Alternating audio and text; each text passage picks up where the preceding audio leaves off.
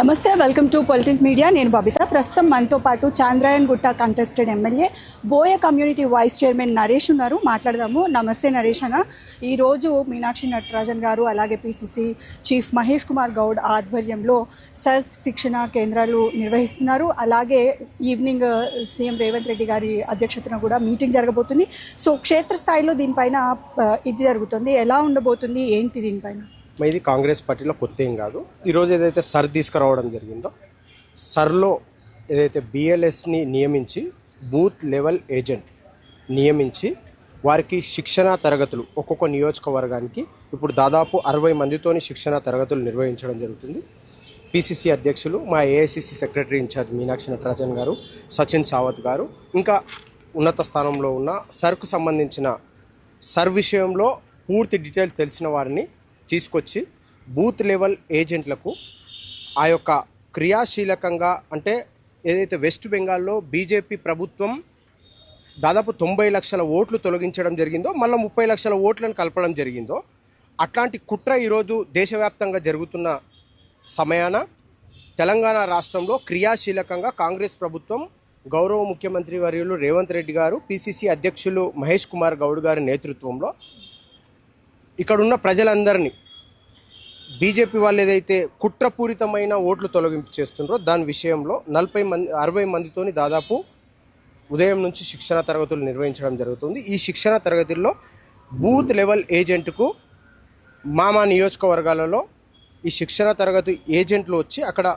ఈ విధంగా ఓటర్ని మనం భద్రపరచుకోవాలి, మీ ఓటు డిలీట్ కాకుండా ఏం చేయాలి, చనిపోయిన వాళ్ళ ఓట్లు ఏ విధంగా, ఒకవేళ చనిపోయిన వాళ్ళవి కూడా ఇప్పుడు కొనసాగుతున్న సమయం, అవి ఎట్లా వేయాలి, బయట దేశాలలో ఉన్నవారు వాళ్ళ ఓట్లు ఎట్లా వేయాలనేది దీని మీద పూర్తి అవగాహన కల్పించే విధంగా మంచి వాతావరణంలో సర్ వచ్చే నెల నుంచి స్టార్ట్ కాబోతుంది. అందుకోసం ముందస్తుగా ఈ యొక్క కార్యాచరణ మొదలు పెట్టడం జరిగింది. ఇందులో ఎవరికి కూడా ఒకవేళ భయం ఉంటే బీజేపీ వాళ్లకు, బీఆర్ఎస్ వాళ్ళకు భయం ఉండాలి, కానీ కాంగ్రెస్ పార్టీ నాయకులకు ఏ విధమైన భయం లేదు. మేమందరం కూడా క్రియాశీలకంగా ప్రభుత్వం ఏర్పాటు చేసుకునే దిశలో ప్రజలతోని మమేకమై ప్రజల్లో పనిచేసిన వ్యక్తులుగా మేము ఉన్నాం. కానీ కుట్రపూరితంగా ఈ యొక్క ఏదైతే చర్య జరుగుతుందో ఆ చర్యను తిప్పికొట్టడానికి ఈరోజు శిక్షణ తరగతులు నిర్వహించడం జరుగుతూ ఉన్నది. అయితే ఏదేమైనా ఒకవైపు అస్సాం, బెంగాల్ రిజల్ట్స్ వచ్చిన తర్వాత బీజేపీ పార్టీ నేతలు ఎవరైతే ఉన్నారో, ఈవెన్ నరేంద్ర మోడీ కూడా, ప్రధాని నరేంద్ర మోడీ కూడా నెక్స్ట్ తెలంగాణలో మనం బీజేపీ జెండా పాతుతున్నామని చాలా గట్టిగా చెప్తున్నారు. అయితే ఇలాంటి క్షేత్రస్థాయిలో ఇలా సర్శిక్షణలు ఎంతవరకు మన తెలంగాణ ప్రజలకి దగ్గరికి చేరువలో వెళ్తాయని మీరు అనుకుంటున్నారు? ఇప్పుడు అదే అమ్మా, ఈ సర్ విషయంలో కాంగ్రెస్ పార్టీ చిత్తశుద్ధితో ఉంది. నరేంద్ర మోడీ లాంటి వాళ్ళు, అమిత్ షా లాంటి వాళ్ళు తెలంగాణలో వచ్చి ఒకవేళ దమ్ము ధైర్యం ఉంటే ప్రజలలోకి వెళ్ళి, మీరు 10 సంవత్సరాలు ఇలా కేంద్రంలో ఉండి ప్రజలకు ఏం చేసిరని చెప్పుకోవాల్సిన అవసరం ఉంది. కానీ సర్ తీసుకొచ్చి ఏదైతే సర్ విషయంలో ఇలా ఓట్లు దండుకొని నిజాయితీగా నికాసుగా ఉన్న ప్రజలను వాళ్ళ ఓట్లు డిలీట్ చేసి మీరు ప్రభుత్వంలో రావడానికి తెలంగాణలో కాంగ్రెస్ పార్టీ నాయకులు కాదు, ప్రతి ఒక్క చదువుకున్న పౌరుడు కానీ, ప్రతి ఒక్క అవగాహన ఉన్న వ్యక్తి కానీ ఎవ్వరు కూడా వాళ్ళ ఓట్లు డిలీట్ చేసుకోవడానికి, వాళ్ళ ఓట్లు వీళ్ళు డిలీట్ చేస్తే వాళ్ళు చూస్తూ ఉండడానికి ఏం కాముసుగా ఏం లేరు. నరేంద్ర మోడీ గారికి, అమిత్ షా గారికి ఖచ్చితంగా బుద్ధి చెప్పే విధంగా ఇలా తెలంగాణ రాష్ట్రంలో ఉన్న నిరుపేద కుటుంబాలకు సంబంధించిన విషయంలో ఉండొచ్చు, అదేవిధంగా నికాసుగా ఉన్న యువకులు కావచ్చు, ఉత్సాహవంతులు కావచ్చు, అందరూ కూడా నరేంద్ర మోడీ గారిని, అమిత్ షా గారిని నార్త్ ఇండియాలో కొనసాగుతుంది, సౌత్ ఇండియాలో వీళ్ళది ఏదైతే ఉందో అది కొనసాగింపడానికి వాళ్ళకు అర్హత లేదని చెప్పి మీ ద్వారా వారికి తెలియజేస్తూ ఉన్నాం.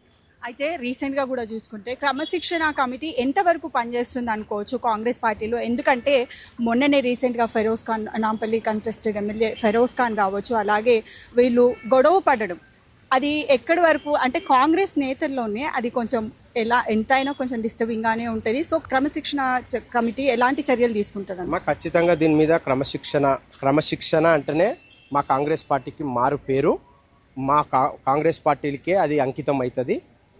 ఎవరన్నా హైదరాబాద్ జిల్లా రివ్యూ మీటింగ్లో చిన్న ప్రోటోకాల్ విషయంలో, అది మాకు చాలా చిన్న గొడవ, మా కుటుంబం, కాంగ్రెస్ పార్టీ అంటే మా కుటుంబంలో అంతర్గతంగా మాకు చిన్న చిన్న విషయాలు ఉంటాయి. కానీ ఎవరు కూడా దాని గురించి మాట్లాడడము, ఏదో దుర్భాషలు ఆడము ఇంకోటి రకంగా చిత్రీకరించి సోషల్ మీడియాలో రకరకాలుగా చేస్తూ ఉన్నారు.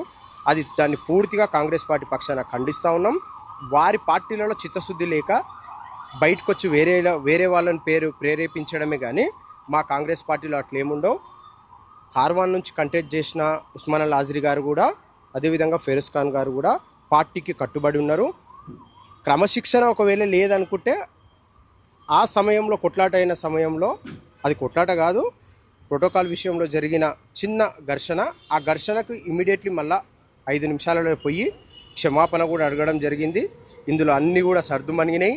మా పార్టీలో అంతర్గతంగా ఇప్పుడు కుటుంబం అన్నప్పుడు గొడవలు అవుతాయి. దాన్ని తీసుకొని పోవడానికి మా పిసిసి అధ్యక్షులు ఉన్నారు. దాన్ని సరిదిద్దడానికి మా అధిష్టానం ఉంది. మీరు ఏం టెన్షన్ పడకండి. మీ పార్టీలలో ఏదైతే ఇబ్బందులు జరుగుతున్నాయో దాన్ని చూసుకోవాల్సిందిగా మీ ద్వారా వారికి తెలియజేస్తూ ఉన్నాం.